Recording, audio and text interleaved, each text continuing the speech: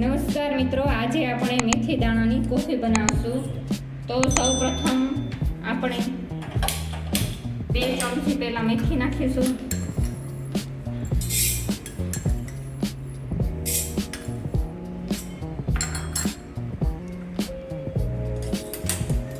ત્યારબાદ આપણે એને 2 મિનિટ શેકશું. જ્યાં સુધી મેથીનો કલર કાળો ન થઈ જાય ત્યાં સુધી તેને શેકવાની છે અને હલાવતું રહેવાનું છે.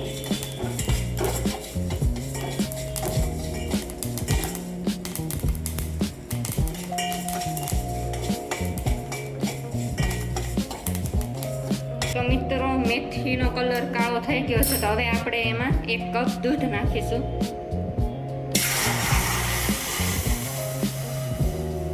તેને 2 મિનિટ ઉકળવા દેશું.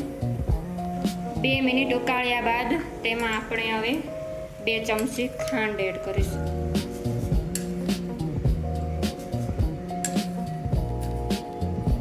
તમે જેટલું મીઠું ખાતા હોય તેટલી ખાંડ નાખવાની. ત્યારબાદ આને હલાવવાનું છે.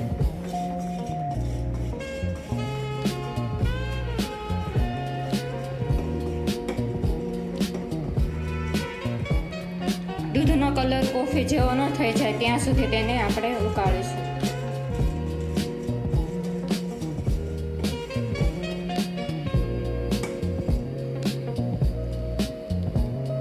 મિત્રો, આપણી સરસ મજાની કોફી તૈયાર થઈ ગઈ છે.